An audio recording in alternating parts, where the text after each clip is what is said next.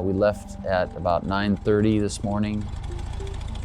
Derek was a little sick, maybe from food poisoning, we're not sure, but finally got out of there, and thank God he was better.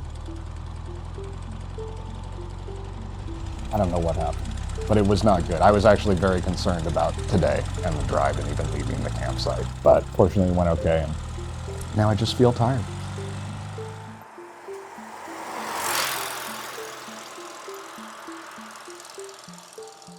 I guess those are actually things that could happen during the rally. I mean, you could get food poisoning, you could get, something could happen. So I mean, it's a very realistic thing that could go down. So we, electrolytes are good to bring. I think so. I feel great. I think the car is fantastic. Don't forget, we're not using the motor that we're gonna be, we actually didn't test the motor that we're gonna use because it didn't work and I had to use another motor. But the car itself and the running gear and the tires and the gas mileage and all the other things that and rattles and things we could sort out. There's plenty of other things that we have to go through besides just the motor. So extremely excited about the car. I think it's a great car. We made it to Toto Santos this evening at I think 7 o'clock. Well, we put real miles in 3 days. We put some real miles that would simulate the peak, the P2P, definitely. So I think it's good so far. Oh, excellent so far. Excellent. I think it'll only be a little bit better. We didn't kill each other, and that's a good thing. Yeah, that's a great thing. That's important. Yeah. Favorite part of today was the mountain driving was great. Some of the hills, the hill climbs, and the scenery.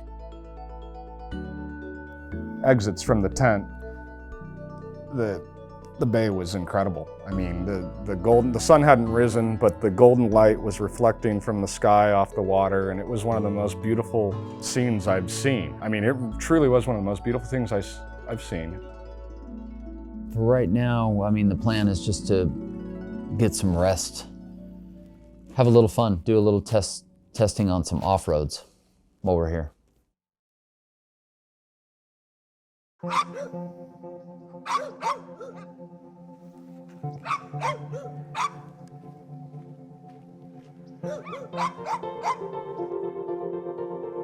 I think it's mostly just being alone in the car and getting out on the road and enjoying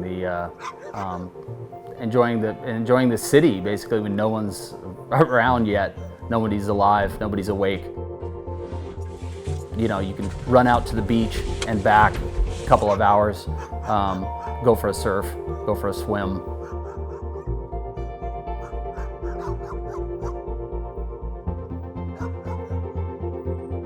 I mean, surfing has got this really free kind of spot in your mind where you're out in the ocean floating, waiting for waves to come in.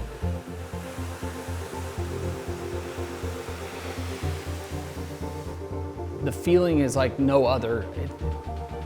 It's even better than driving, and I think it's better than anything else in the world.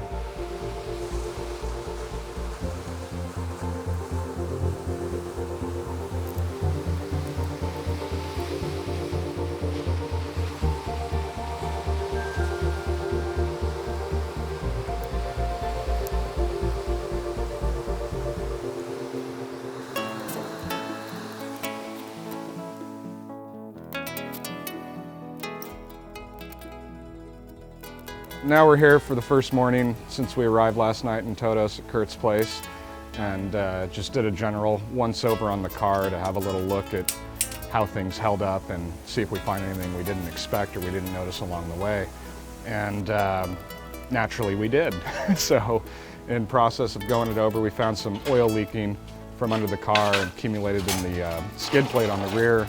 And it appears to be coming from the transmission input shaft seal, which it's not something we're going to resolve now, but it's also not a problem that is really necessary to resolve at the moment. It's a minor leak that's spreading the oil out and should be no problem getting back home.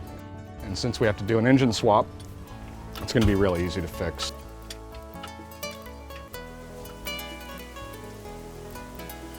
but we know for a fact the front skid plate is not, it's supposed to come up over the bumper up to the top bar, and for whatever reason, maybe they ran out of time or materials. So we'll rectify that when we get back home.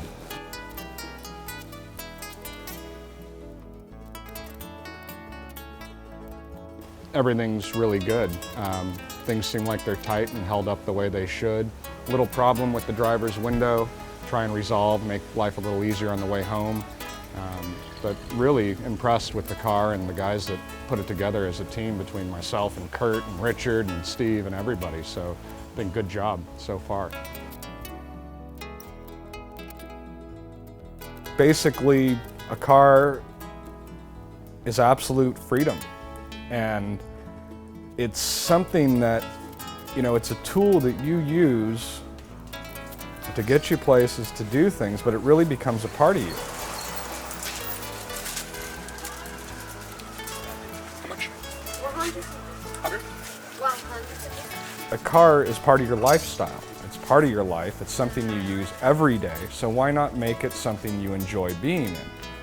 And I like a car that is worn and sort of beat up and is quirky and has personality. I like something that sort of talks back to me or gives me feedback. As cars got more modern, you lose that sense of connection to the road that's so direct as power steering comes in and power brakes and all these electronics, and it's separating you from the car. So, while you were at the beach yesterday, I went and got our first good luck trinket from this country. Oh, what do we get? Little Virgin. What? I'll put it on the dash. Is that magnetic? Yes. My grandmother would greatly appreciate having the Virgin on our dash for this voyage. So We're gonna need that.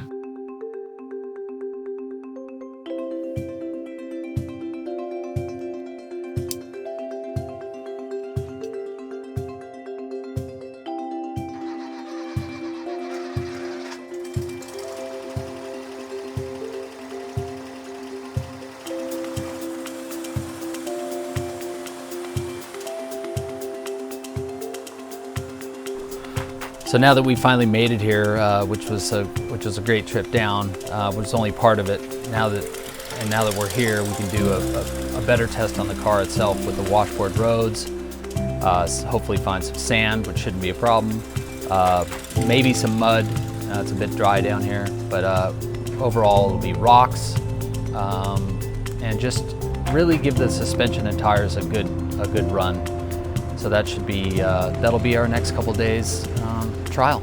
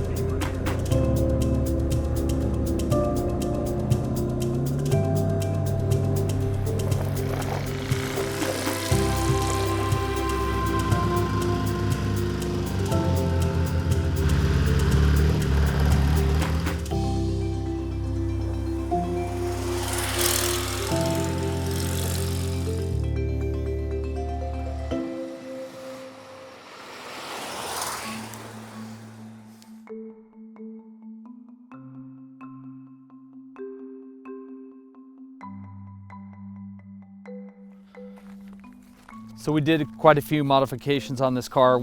Two of them were the front and back bumper and the skid plates. But during our trip down, we realized that we needed the skid plate to come up all the way, because down here we could maybe hit a boulder and maybe take it off, maybe not. The good thing about this whole run is that we were able to do a lot of testing to see what was going to work for us, and mainly in Mongolia. And then on the back bumper, we did a great job on this, or I should say the fabricators did. They did a great job by putting this together tight and then connecting it here and not connecting it too low so that we wouldn't hit any rocks. And then the skid plate just goes over the oil pan and the transmission.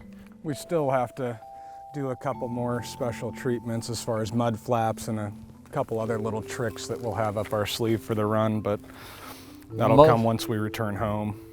Yeah, mostly the car. I think with the tires are the right tires. Looks like with just 1,000 miles, we didn't have much wear, huh? Now the tires, I think, are actually exceeding the expectations so far. The wear is really good. The road grip is really good on both asphalt and dirt and gravel and soft stuff, so I think that works. And you know what, we knew before we left that the front skid plate wasn't the way we wanted it. Right.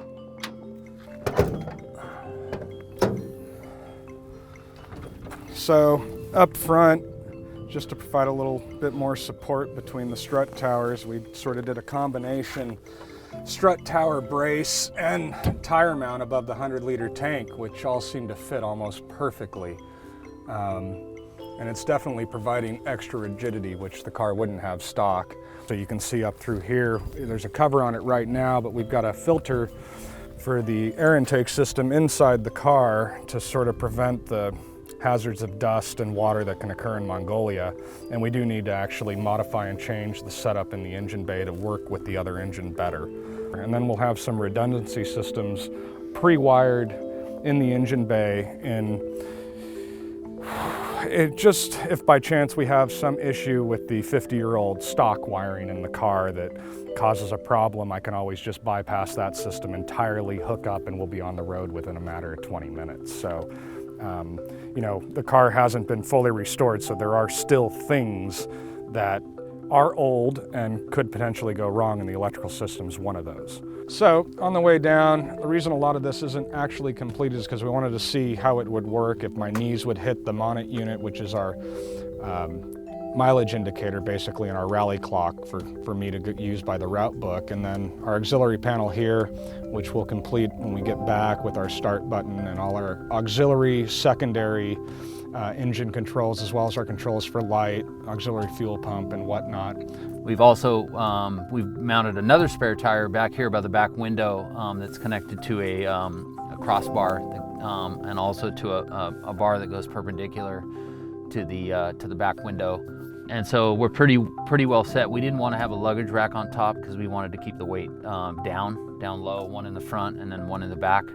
And I think that's going to be really key for us, and everything's really easy to remove, and we won't have a rack that'll rattle off the car.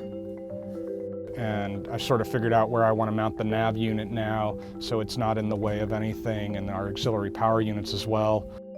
We went ahead and redid the dials. The one speedo's in kilometers because the entire rally's in kilometers, and we kind of updated the lighting so that it's brighter and that we can actually see everything.